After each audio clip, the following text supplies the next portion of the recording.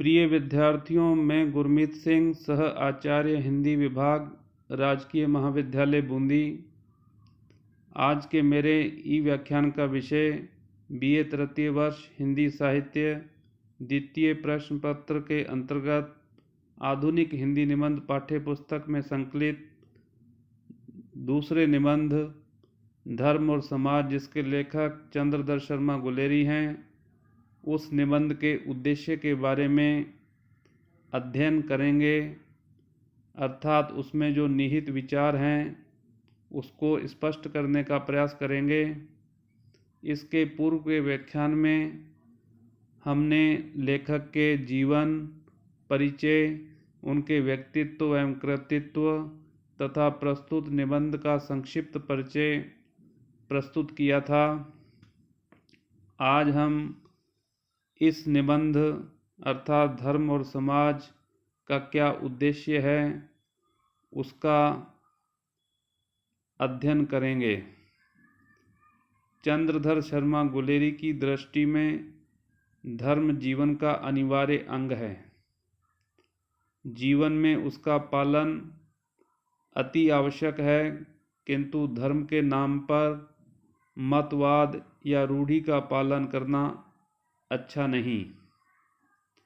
पश्चिमी शिक्षा और समय के प्रभाव से भारतवर्ष में शास्त्रों में वर्णित धर्म का स्वरूप नहीं रह गया।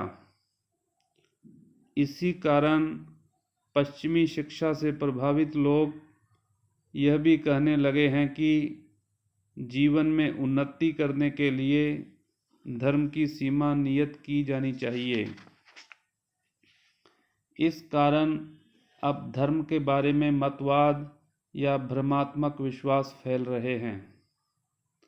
वर्तमान में लोग धर्म की आवश्यकता ही नहीं मानते हैं।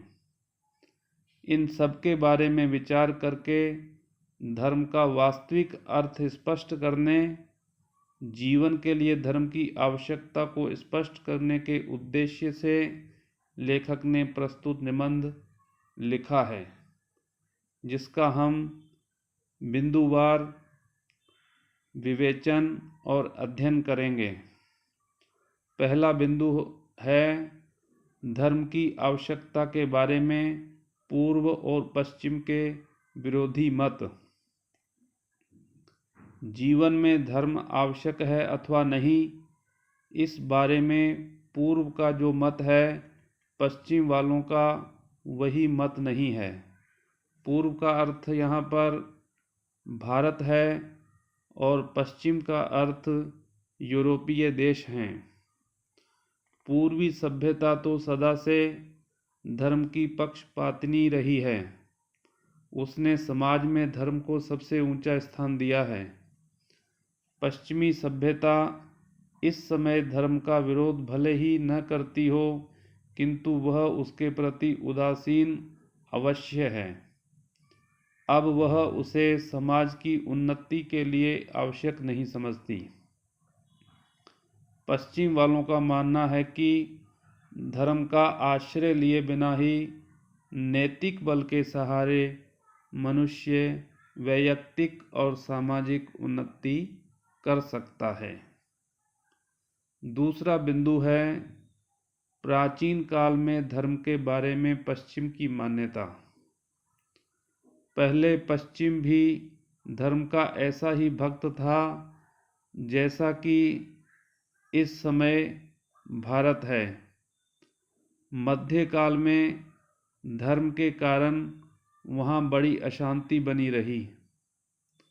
धर्म के ठेकेदारों ने बड़े बड़े विद्वानों और सुधारकों के साथ ऐसा व्यवहार किया जैसा कि लुटेरे मालदारों के साथ करते हैं। 50 वर्षों तक यूरोप में धर्म युद्ध चलता रहा। ईसाई धर्म की कैथोलिक और प्रोटेस्टेंट शाखाओं ने एक दूसरी के प्रति बड़े बड़े अत्याचार और अमानुषिक बर्ताव किए। इस कारण अब पश्चिम के लोगों में धर्म के प्रति श्रद्धा नहीं रही। तीसरा बिंदु आता है धर्म पर पाबंदी। अब पश्चिम में धर्म का समाज में पहले जैसा ऊंचा स्थान नहीं रह गया। लेखक के अनुसार धर्म की सीमा नियत कर दी गई है। इसीलिए धर्म, शासन, सत्ता में कोई दखल नहीं दे सकता और न व्यक्ति की स्वतंत्रता और सामाजिक प्रबंधन में बाधा डाल सकता। अतः धर्म को मानने के लिए वहाँ का व्यक्ति बाध्य नहीं है। चौथा बिंदु आता है भारतीय जीवन में धर्म। भारत में धर्म का एकाधिपत्य राज्य है। यहाँ व्यक्ति जन्म से लेकर मृत्यु तक धर्म के बंधन से मुक्त नहीं हो सकता। यहाँ पूजा पाठ के अतिरिक्त व्यक्ति के हर काम में धर्म का बंधन रहता है। खाने पीने, सोने जागने, लेन देन सभी में धर्म की छाप लगी हुई है। मनुष्य किसी भी अवस्था में धर्म को नहीं छोड़ सकता। बिना धर्म के यहाँ बड़े से बड़ा सुख भी हेय माना जाता है। यहाँ तो धर्म को मोक्ष का भी आधार माना गया है। पांचवा बिंदु आता है धार्मिक दृष्टिकोण में बदलाव। पश्चिम की शिक्षा के प्रभाव से अब कुछ भारतीय लोग भी जातीय उन्नति के लिए धर्म की सीमा नियत कर देने की बात कहते हैं। उन्हें धर्म का पालन करना बंधन लगता है। लेखक का इस संबंध में मानना है कि धर्म की अवस्था के विकृत स्वरूप को देखकर ही लोग ऐसा कहते हैं, अन्यथा धर्म कदापि उपेक्षणीय नहीं है। धर्म के वास्तविक तत्व को न जानने वाले लोग ही धर्म पर पाबंदी की बात कर रहे हैं। छठा व अंतिम बिंदु है सामान्य धर्म और विशेष धर्म। यहाँ पर लेखक ने बतलाया है कि उपनिषदों और दर्शनों के समय धर्म की जो स्थिति थी अब वह नहीं रह गई। अब मतवाद या भ्रमात्मक विश्वासों को धर्म समझ लिया गया है और इसी से सारी गड़बड़ियाँ उत्पन्न हुई हैं।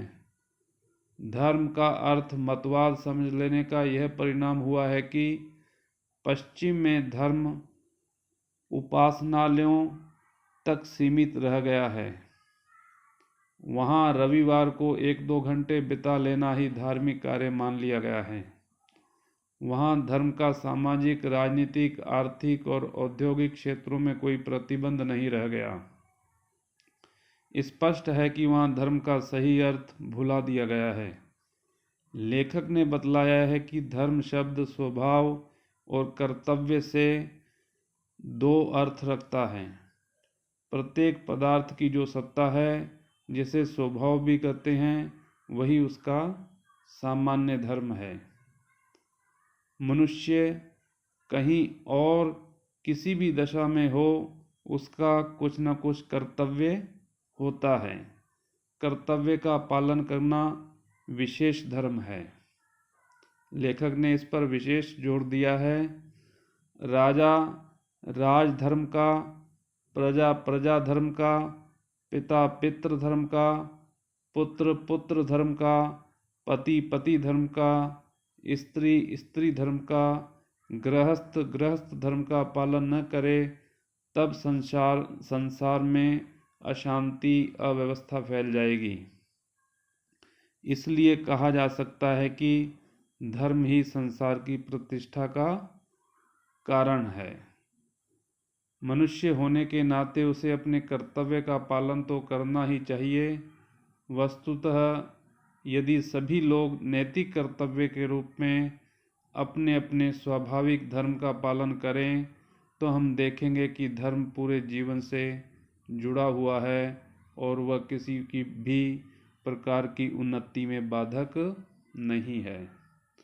निष्कर्ष रूप में हम कह सकते हैं कि लेखक अर्थात चंद्रधर शर्मा गुलेरी ने धर्म के नाम पर फैले मतवाद, भ्रमात्मक विश्वासों को ही धर्म समझ लिए जाने की गलती को यहाँ पर स्पष्ट किया है।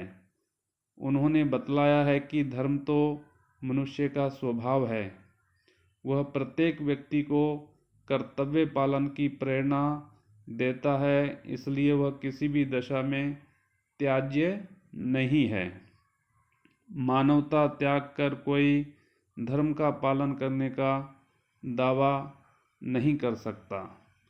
इस प्रकार हम लेखक के विचारों को देखते हैं तो हमें विदित होता है कि लेखक इन विचारों के माध्यम से यह कहने का प्रयास करते हैं कि प्रत्येक मनुष्य का कोई न कोई धर्म अवश्य होता है, लेकिन सबसे अधिक उसका उत्तम धर्म जो होता है वह मानव धर्म या उसका मुख्य कर्तव्य, वही उसका धर्म माना जाना चाहिए।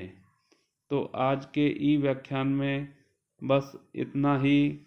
अगला वीडियो अगले व्याख्यान में प्रस्तुत किया जाएगा।